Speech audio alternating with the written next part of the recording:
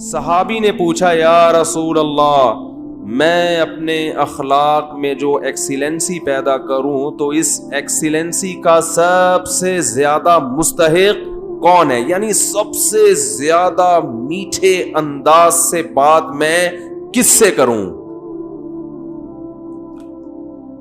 آپ یوں بھی کہہ سکتے ہیں آج کی زبان میں، جب میں بات کسی سے کروں تو اس میں شکر گھولوں میں، تو سب سے زیادہ چینی اور سب سے زیادہ شکر کس سے بات کرتے ہوئے اپنے کلام میں گھولوں؟ بات آ رہی ہے سمجھ میں؟ آپ صلی اللہ علیہ وسلم نے فرمایا امک، پوری کائنات میں سب سے میٹھے انداز سے اگر تم نے بات کرنی ہے تو سب سے زیادہ رائٹ یہ کس کا ہے؟ تمہاری، بولو نا، ماں کا۔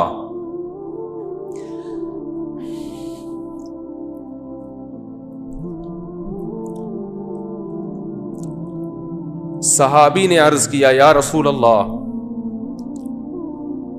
کیا انداز ہے؟ فرمایا ثم من، ثم کا مطلب ہوتا ہے اس کے بعد،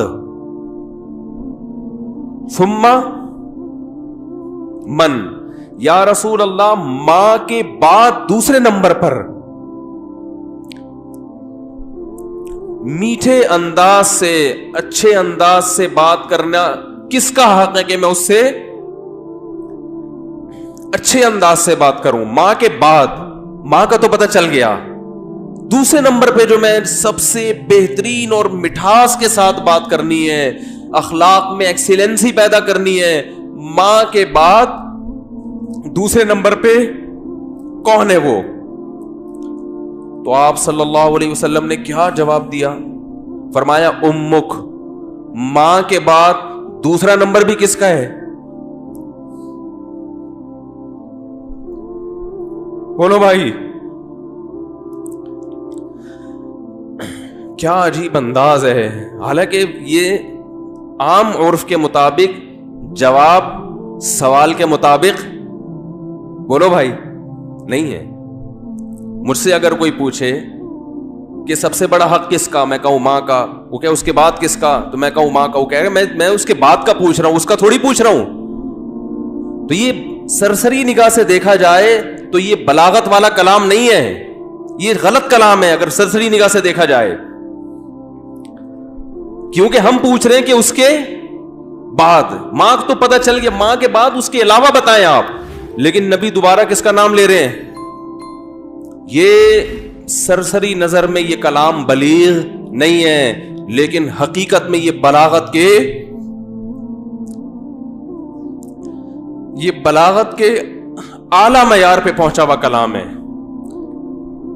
کیونکہ بات کو دل میں اتارنے کا اس سے بہتر طریقہ نہیں ہو سکتا تھا کہ ماں کے بعد دوسرا نمبر بھی کس کا ہے؟ ماں کا۔ اس کا مطلب کیا ہے کہ ماں کے بعد اگر تم یہ سمجھتے ہو کہ کسی سے بہت ہی میٹھے انداز میں بات کرنی ہے تو یہ حق دوبارہ ماں کو دے دو۔ دوبارہ کس کو دے دو؟ صحابی نے پھر پوچھا یا رسول اللہ ثم من، دیکھو صحابی کا انداز بھی کیا ہے، وہ چونکہ ان کو یہ تھا کہ مجھے ماں کے علاوہ اب چاہیے کہ کون ہے، اور نبی نے دوبارہ کس کا نام لے لیا؟ ماں کا۔ لہذا صحابی نے پھر اپنے سوال کو ریپیٹ کیا، کیونکہ وہ یہ سمجھتے تھے کہ مجھے میرے سوال کا جواب نہیں ملا۔ تو انہوں نے تیسری دفعہ پوچھا یا رسول اللہ ثم من، یا رسول اللہ تیسرے نمبر پہ کون ہے؟ تو آپ صلی اللہ علیہ وسلم نے فرمایا امک، تیسرے پہ بھی کون ہے؟ بولو بھائی، یہ ہے ویمن رائٹس۔ یہ کیا ہے؟ یہ جو بے شرم لوگ حقوق نسواں اور عورتوں کے حقوق کے نام پہ الو بنا رہے ہیں نا، ان کی باتوں میں مت آیا کرو، ان کا مقصد صرف عورت کو کپڑوں سے آزاد کرنا ہے۔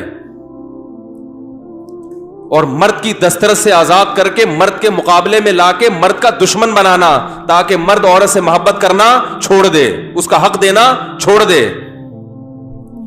تمہیں اسلام نے عورت کے جو حقوق بیان کیے ہیں اس کے بعد ہمیں کسی اور سے عورت کے حقوق کو سمجھنے کی ضرورت نہیں ہے. ہمیں کسی لبرل سے, کسی حکومت سے, کسی ویمن رائٹ سے, کسی سے ہمیں سمجھنے کی ضرورت نہیں ہے.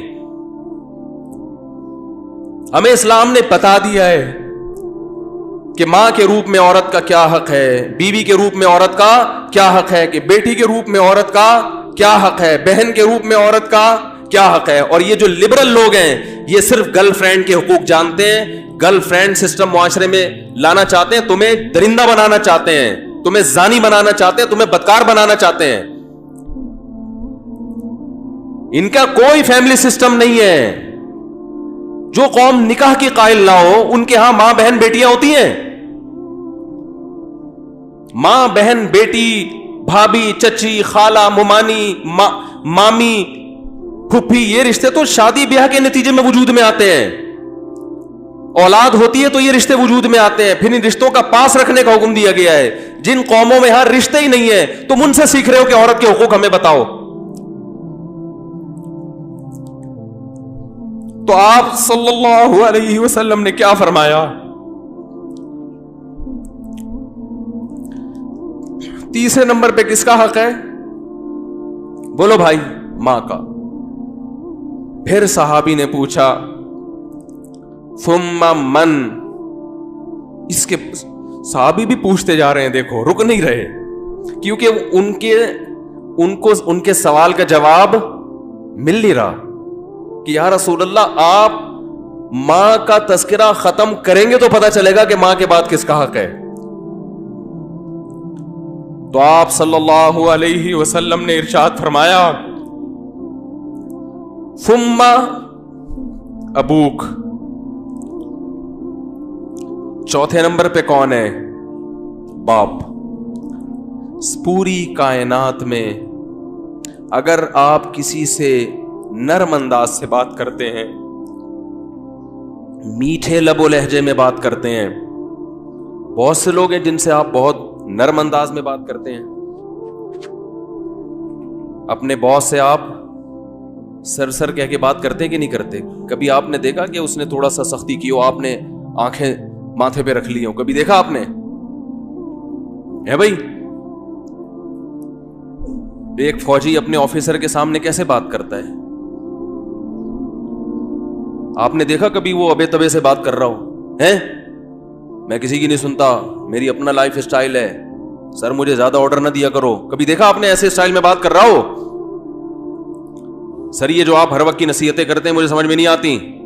آفیسرز کر رہے ہوتے ہیں نا, فوج میں چونکہ زیادہ احترام ہے اس لیے میں ان کی مثال دے رہا ہوں. ایک بریگیڈیئر آیا اور ایک عام فوجی کو سمجھا رہا ہے کہ یہ کیا کرو, یہ کیا کرو. وہ جواب میں کبھی دیکھا کہ سر یہ زیادہ نصیحتیں مجھے اچھی, بولو نا سر مجھے نہیں اچھی لگتی ہیں زیادہ ہر وقت کی نصیحتیں. حالانکہ وہ آفیسر اس کو تنخواہ نہیں دے رہا, تنخواہ اس کو گورنمنٹ دے رہی ہے. اس آفیسر کے اس پر احسانات نہیں ہے, صرف ایک ڈسپلن کو برقرار رکھنے کے لیے آرڈر دیا ہے کہ تمیز سے بات کرو.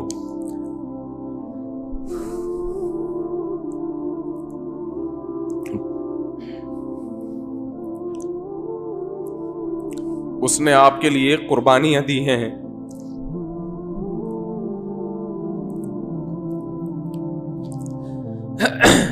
وہ آپ کے لیے لوگوں سے لڑا ہے. لڑتے ہیں کہ نہیں لڑتے؟ بھائی میرے بیٹے کو گالی دی کیوں تو نے؟ وہ یہ چاہتا ہے کہ آپ اس سے بھی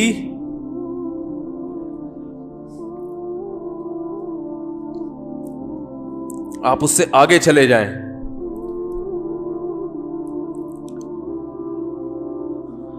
آپ کی ماں نے جو آپ کو بچپن میں محبت سے پالا عزت کے ساتھ, تو ماں کو یہ شیلٹر کس نے دیا ہے بھائی؟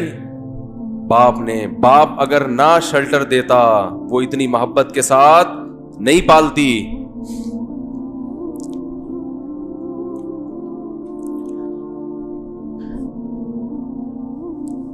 یہ ٹاپک مجھے چینج کرنا پڑے گا, میری میٹر جو ہے نا شارٹ ہو جاتا ہے, بولا نہیں جاتا اس ٹاپک پر.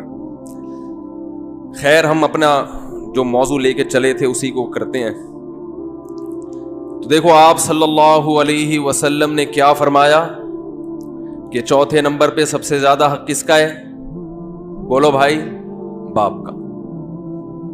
اور اس کی علماء نے ایک حکمت یہ بھی بیان کی ہے کہ باپ چونکہ مرد ہے نا تو اس میں برداشت کی قوت, ماں میں برداشت نہیں ہوتی. اس سے بدتمیزی کرو گے بیچاری روتی رہے گی, باپ کھینچ کے 2 تھپڑ ایسا ہی ہے نا, بھی باپ سے زیادہ نہیں اور لگا دے گا 2-4 کی. ماں بیچاری کڑتی رہتی ہے بیٹھ کے.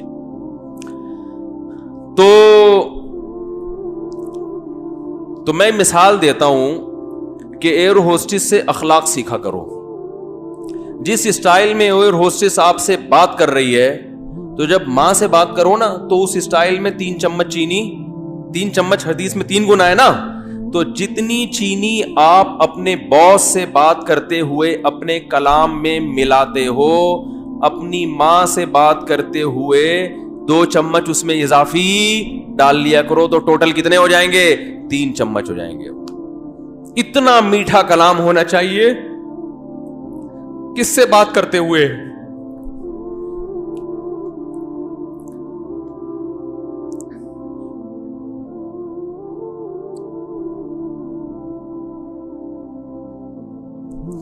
ہم نے بڑے بڑے علماء کو دیکھا ہے,